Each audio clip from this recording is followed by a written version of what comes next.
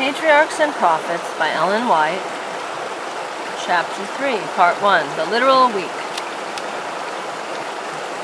Like the Sabbath, the week originated at creation, and it has been preserved and brought down to us through Bible history.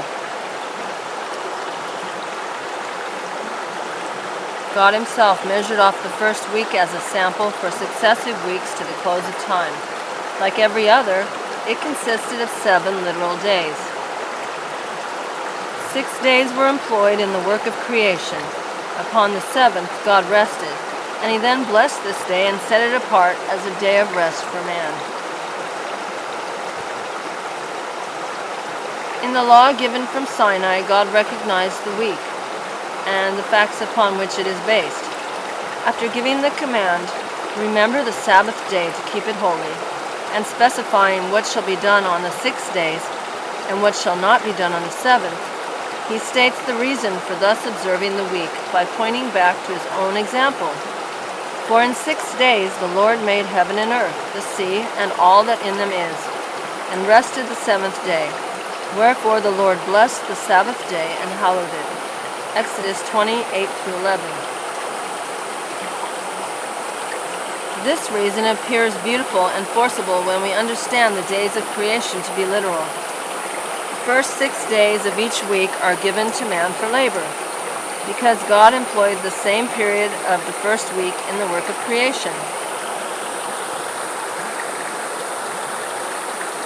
On the 7th day, man is to refrain from labor in commemoration of the Creator's rest. But the assumption that the events of the first week required thousands upon thousands of years strikes directly at the foundation of the 4th commandment. It represents the Creator as commanding men to observe the week of literal days in commemoration of vast, indefinite periods. This is unlike his method of dealing with his creatures. It makes indefinite and obscure that which he has made very plain. It is infidelity in its most insidious and hence most dangerous form. Its real character is so disguised that it is held and taught by many who profess to believe the Bible. "By the word of the Lord were the heavens made, and all the host of them, by the breath of his mouth. For he spake, and it was done. He commanded, and it stood fast." Psalm 33:6-9. The Bible recognizes no long ages, in which the earth was slowly evolved from chaos. Of each successive day of creation, the sacred record declares that it consisted of the evening and the morning, like all other days that have followed. At the close of each day is given the result of the Creator's work. The statement is made at the close of the first week's record. "These are the generations of the heavens and of the earth when they were created." Genesis 2:4. But this does not convey the idea that the days of the creation were other than literal days. Each day was called a generation, because that in it God generated or produced some new portion of his work. Geologists claim to find evidence from the earth itself that it is very much older than the Mosaic record teaches. Bones of men and animals, as well as instruments of warfare, petrified trees, etc., much larger than any that now exist, or that have existed for thousands of years, have been discovered, and from this it is inferred that the earth was populated long before the time brought to view in the record of creation, and by a race of beings vastly superior in size to any men now living. Such reasoning has led many professed Bible believers to adopt the position that the days of creation were vast, indefinite periods. But apart from Bible history, geology can prove nothing. Those who reason so confidently upon its discoveries have no adequate conception of the size of men, animals, and trees before the flood, or of the great changes which then took place. Relics found in the earth do give evidence of conditions differing in many respects from the present. But the time when these conditions existed can be learned only from the inspired record. In the history of the flood, inspiration has explained that which geology alone could never fathom.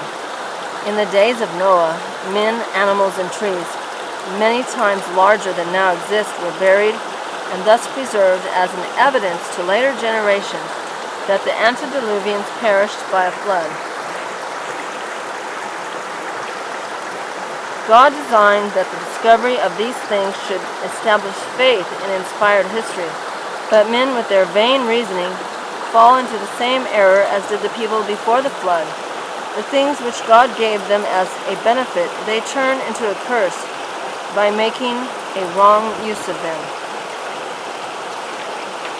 It is one of Satan's devices to lead the people to accept the fables of infidelity, for he can thus obscure the law of God, in itself very plain, and embolden men to rebel against the divine government.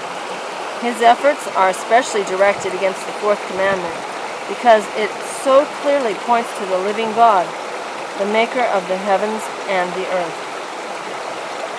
There is a constant effort made to explain the work of creation as the result of natural causes, and human reasoning is accepted even by professed Christians in opposition to plain scripture facts. There are many who oppose the investigation of the prophecies, especially those of Daniel and the Revelation, declaring them to be so obscure that we cannot understand them. Yet these very persons eagerly receive the suppositions of geologists in contradiction of the Mosaic record. But if that which God has revealed is so difficult to understand, how inconsistent is it to accept mere suppositions in regard to that which he has not revealed? The secret things belong unto the Lord our God, but those things which are revealed belong unto us and to our children forever. Deuteronomy 29:29. Just how God accomplished the work of creation, he has never revealed to man. Human science cannot search out the secrets of the Most High.